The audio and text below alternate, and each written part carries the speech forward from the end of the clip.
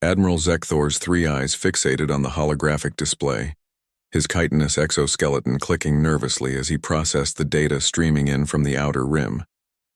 The Valdrine Empire had ruled the galaxy for 12,000 cycles, crushing any resistance with overwhelming force.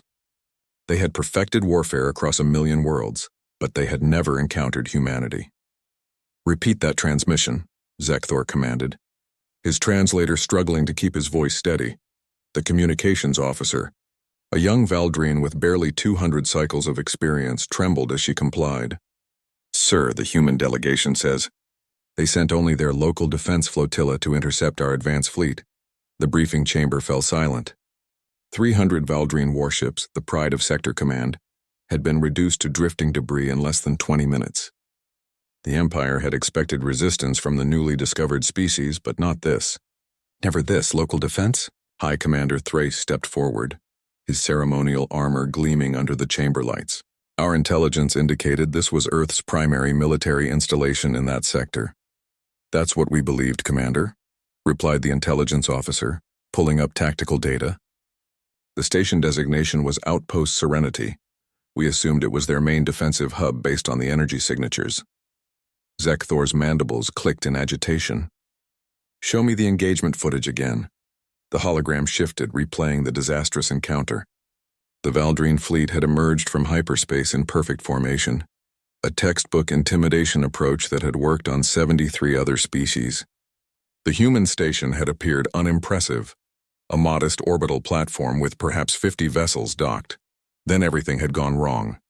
The human ships moved with impossible precision, their coordination suggesting a hive mind. Yet intelligence indicated they were individuals. They fought with a creativity the Valdrine tactical computers couldn't predict.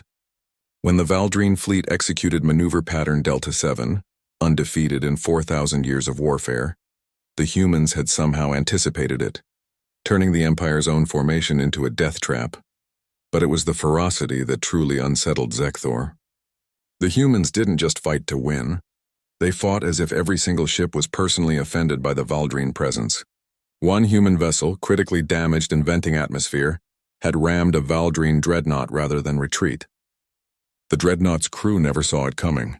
"Sir," the intelligence officer continued, her voice barely a whisper, "we've intercepted additional human transmissions."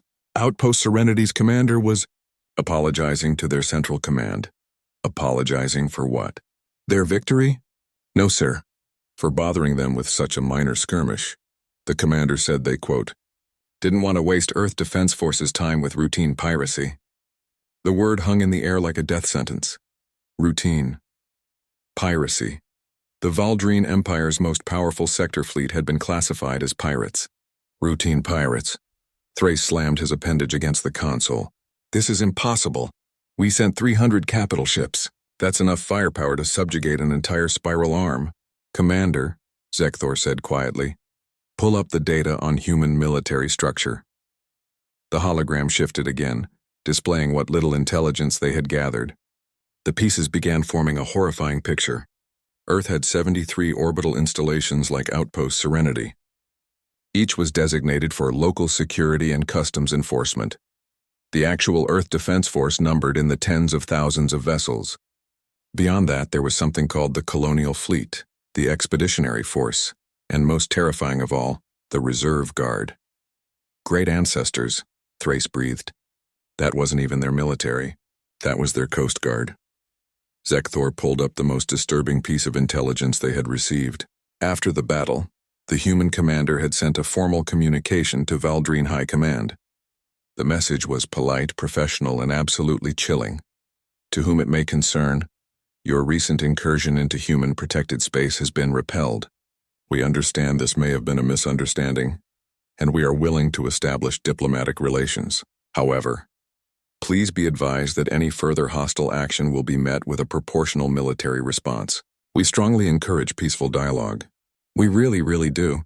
Signed, Commander Sarah Chen, Outpost Serenity Defense Coordinator. The emphasis on proportional military response and really wasn't threatening.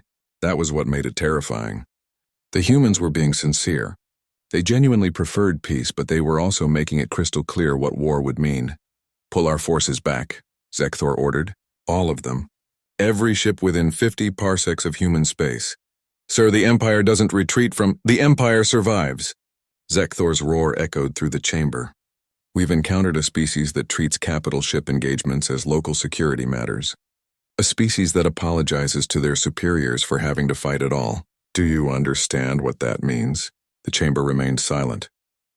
It means, Zekthor continued, his voice dropping to a horrified whisper, that humanity has been holding back. Everything we've seen, the tactical brilliance, the devastating firepower, the unbreakable will, that was them being gentle. That was them trying not to escalate. He pulled up the final piece of intelligence that had arrived just moments ago. A human historian had responded to the Valdrine Empire's public records request, providing information about human military doctrine. One phrase stood out, highlighted by the translation algorithm. War is simply the continuation of policy by other means. Humanity has spent 10,000 years perfecting both. Thrace stared at the display. What are you saying, Admiral? I'm saying, Zekthor replied, initiating the Empire-wide retreat protocol, that we just picked a fight with a species that views overwhelming military victory as a diplomatic failure. Imagine what they'll do if we make them actually try. The retreat order went out across the Empire within the hour. The Valdrine would seek peace, not out of mercy or enlightenment, but out of the cold, calculated survival instinct that had kept them alive for 12,000 cycles. They had finally encountered a species that scared them. And the truly terrifying part? Humanity didn't even seem to notice.